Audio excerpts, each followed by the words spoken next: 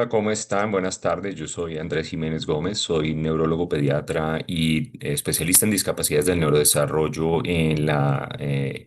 Universidad Baylor College of Medicine y el Hospital de Texas Children's Hospital en Houston. Les agradezco mucho la invitación para discutir un poco sobre SYNGAP. Nosotros muchas veces utilizamos el nombre técnico, digamos, o el nombre genético de una condición que en realidad refleja una colección de síntomas en el neurodesarrollo y en el funcionamiento de nuestro cerebro. En el caso de SYNGAP es representativo, como en muchas otras condiciones que hemos venido descubriendo gracias a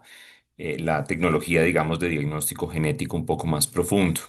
SYNGAP es una condición que es dentro de un grupo de condiciones que llamamos encefalopatías epilépticas y del desarrollo. ¿Qué quiere decir eso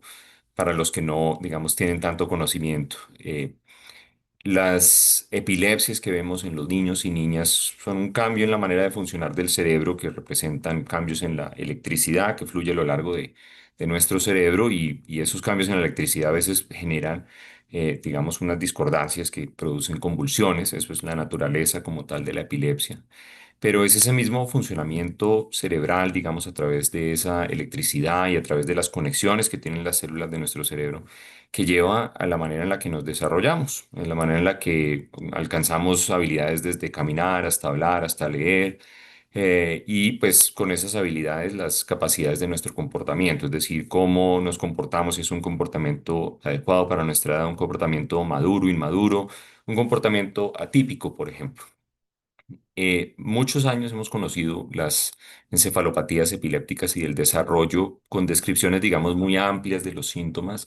pero, digamos, en los últimos 10 o 15 años hemos tenido un gran reconocimiento de lo que quiere decir para una persona una encefalopatía epiléptica y del desarrollo en cuanto a su causa. Es decir, cuando yo veo pacientes que tienen una colección de síntomas, me pregunto cuál es la causa subyacente de todos esos síntomas. Y ahí es donde ha venido la tecnología genética a mostrarnos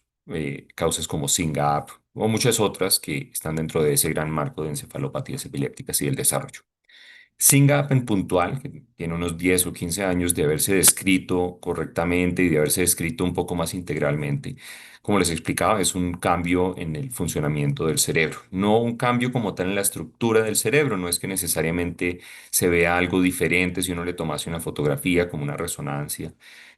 sino un cambio en la manera en la que las células de nuestro cerebro logran producir esa electricidad, logran conectarse la una con la otra y por tanto resulta en cambios marcados en el neurodesarrollo, así como en la función neurológica, que es lo que se refleja como síntomas en los niños y niñas con SYNGAP.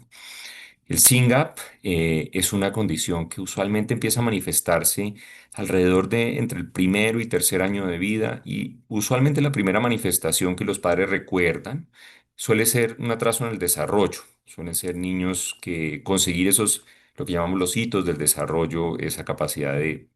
caminar cuando se espera o decir la primera palabra cuando se espera, usar sus manitas para alimentarse, después aprender a usar una cuchara o un tenedor o lo que fuera son habilidades que empiezan a atrasarse y atrasarse y atrasarse progresivamente con el tiempo. Usualmente no suele ser porque haya una regresión, es decir, no es que alcancen las habilidades y las pierdan, sino que ese ha sido el marcador que usualmente está presente durante el tiempo o a lo largo del tiempo y los padres empiezan su consulta o ese proceso diagnóstico donde digamos que el pediatra o el médico general o de pronto el neuropediatra empieza a orientarlos a decirles acá hay algún cambio, hagamos algunos estudios, una resonancia, pueden decidir hacer algunas otras evaluaciones, pero no necesariamente de entrada una evaluación genética. Sin embargo,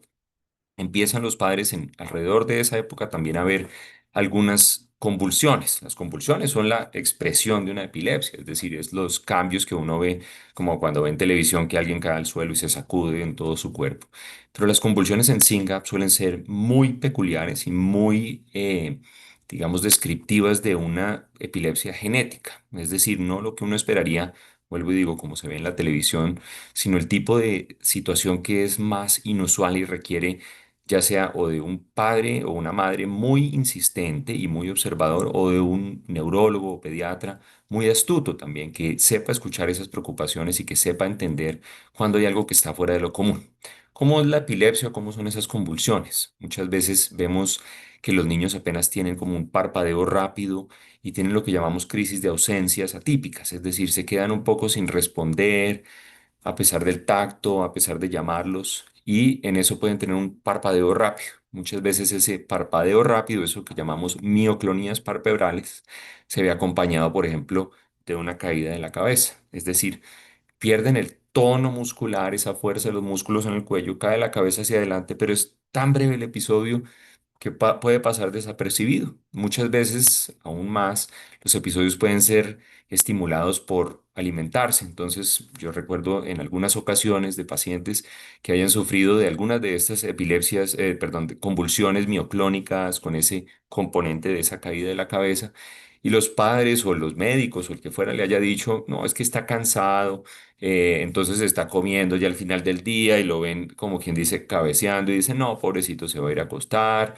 Y resulta que esto ha sido convulsiones y convulsiones y convulsiones todo el tiempo. Eso debiera promover la astucia, digamos, de los médicos y el acompañamiento a las preocupaciones que suelen surgir más de los padres que necesariamente de los médicos. Esa epilepsia se puede ver reflejada también a lo largo del día, no es solo con masticación, sino síntomas nuevamente como esas aleteos palpebrales y esas ausencias que pueden suceder a lo largo del día en cualquier momento y que a veces puede ser caminando y de repente hay una caída de la cabeza o del cuerpo entero y el niño puede tener crisis repetidas, es decir, sucede y vuelve y sucede y vuelve y sucede y vuelve y sucede algo que no sería característico de algo tan sencillo como está cansado, ¿cierto? Eso suele ser el patrón usual de cómo empieza a lucir la epilepsia de la mano con esos trastornos del desarrollo.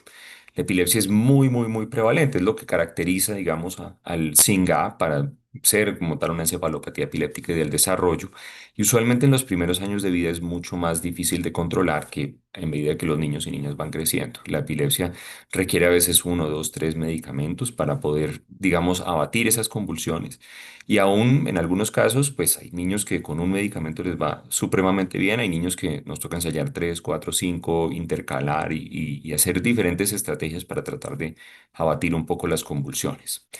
De la mano, como les decía, hay un trastorno en el desarrollo, es usualmente un trastorno global en el neurodesarrollo. Quiere decir que se ven afectadas todas las áreas que pensamos como el desarrollo. Vuelvo y digo, la marcha, caminar, moverse, poder hacer esos desplazamientos, así como la motricidad fina, esas habilidades de coordinar el uso de mis manos con lo que reconocen mis ojos, así como esas habilidades verbales de tanto de comprensión auditiva y comprensión verbal, seguir instrucciones, entender cuando se me llama mi nombre y eso, como poder producir lenguaje funcional tanto verbal, es decir, decir las palabras, como por ejemplo usar gestos y señalar ese tipo de cosas. Muy acompañada de esa muy prevalente trastorno del desarrollo, viene el hecho de que el desarrollo a veces es atípico o inusual. Y en un gran porcentaje de los niños con SYNGAP vemos autismo, es decir, un trastorno del neurodesarrollo donde no solo hay atraso, sino una desorganización del desarrollo y el cerebro no sabe cómo procesar la información sensorial. Y eso lo representa con síntomas comportamentales, es decir, la manera en la que los niños se conducen alrededor de su medio ambiente cambia, ya no es solo, digamos, inmaduro, como diría uno, si un niño de 2 años se porta como un niño de 1 año, sino que también hay rasgos atípicos, como no entender qué es el contacto visual, tener cierta tendencia hacia movimientos repetitivos sin propósito, ¿cierto? Como el aleteo de las manos, caminar a veces en puntas de pie, hacer cierto ruido repetidamente, o buscar ciertas experiencias sensoriales como llevarse toda la boca, tener que tocar ciertas texturas o estar fascinado con ciertos patrones visuales y cosas así. Ese pues es otro síntoma dentro de esa colección de síntomas que vemos muy prevalentemente en SYNGAP, pero no es necesariamente un síntoma que se ve en todos los niños y todas las niñas con SYNGAP. En cuanto a otros síntomas importantes que nos debieran promover el reconocimiento, está la hipotonía, es decir, esos músculos no siendo muy fuertes, que cuando los padres, uno habla después del diagnóstico con ellos, empiezan a remontar y dicen, sí, cuando era bien pequeñito era muy poquito el control de su cabecita, los músculos eran muy flojitos, se demoró mucho para sentarse también, se demoró para dar la vuelta, porque sus músculos reciben las señales de un cerebro que necesita constantemente estar diciéndoles mantenga su posición, mantenga su posición, mantenga su posición. Y si no está recibiendo esa señal, pues se ve reflejado en esos trastornos en el tono muscular, es decir, en la hipotonía. Vemos muchas veces que cuando la marcha se alcanza, es decir, cuando los niños logran caminar y eso, su marcha es amplia, es decir, los piecitos están más separados de lo normal y un poco atáxica, es decir, un poco descoordinada, como que dan un pasito, pero les toca hacerlo con mucha prudencia porque pueden caerse. Los niños progresan en su desarrollo, no es necesariamente común hallar regresiones en el desarrollo, aunque hay regresiones en el comportamiento, en SYNGAP y en todas condiciones similares, pero el progreso es lento, el progreso requiere muchas veces mucho apoyo, tanto apoyo terapéutico como apoyo de, por ejemplo, dispositivos como férulas y ortóticos que pueden ayudar en la posición de los talones o en el soporte sobre el pie. El tratamiento de esta colección de síntomas que verdaderamente son, digamos, lo más característico que debía llevar a un médico o a un neurólogo, pues a buscar un diagnóstico genético. El tratamiento en este momento no es curativo, no tenemos una manera de resolver ese cambio genético, puesto que eso es como tener un manual de instrucciones en cada una de las células de nuestro cuerpo que tiene un cambio en la ortografía en algún punto y se lee de una manera distinta. No tenemos una solución para cómo se lee eso en cada una de las células de nuestro cuerpo y pues particularmente de nuestro cerebro. Entonces el manejo es con base en todos los síntomas que hay. Es decir, manejos como terapias de comportamiento para el autismo, si tal síntoma existe, así como manejo para avanzar el neurodesarrollo a través de terapia física o fisioterapia, terapia ocupacional, a través de fonoaudiología y terapia de lenguaje, a través a veces de terapia cognitivo-conductual que puede ayudar a un niño o a sus padres, digamos, a lidiar con trastornos emocionales y dificultades de esa naturaleza, así como el manejo neurológico que tiene que ver con tratar al máximo de abatir esas convulsiones, al mínimo efecto secundario, pero al máximo para poder ayudar a los niños a permitirle a ese cerebro estar en un punto donde aprenda más y sea capaz de capturar más la información, porque cada convulsión que hay es un punto donde el cerebro está como desconectado, por así ponerlo. Pero es importante tener el diagnóstico genético sin duda, porque si bien en este momento no tenemos esa información, conocer, agruparse y estudiar cada una de las condiciones como SYNGAP nos ha llevado a que en otras condiciones y en un futuro, espero muy cercano, para SYNGAP logremos encontrar una cura y manejos más específicos. Ya hacemos pruebas clínicas, ensayos clínicos que están avanzando en terapias genéticas, por ejemplo, para otras condiciones muy similares a SYNGAP y tenemos mucha fe de que eso tenga un impacto significativo sobre el progreso. Será diferente para cada persona en cada momento de su edad, pero puede que el impacto sea que mejore mucho las conductas en una persona que aún tenga dificultades de epilepsia o que tenga dificultades en su desarrollo, pero que sea muy significativo ese cambio para la persona, como para la familia, como para el riesgo de una discapacidad continua. Y puede que en otra persona que reciba la terapia más joven, por ejemplo, eso logre cambiar mucho la manera de funcionar de su cerebro y llevarlo a una discapacidad mínima o inclusive a una cura. Entonces la idea es,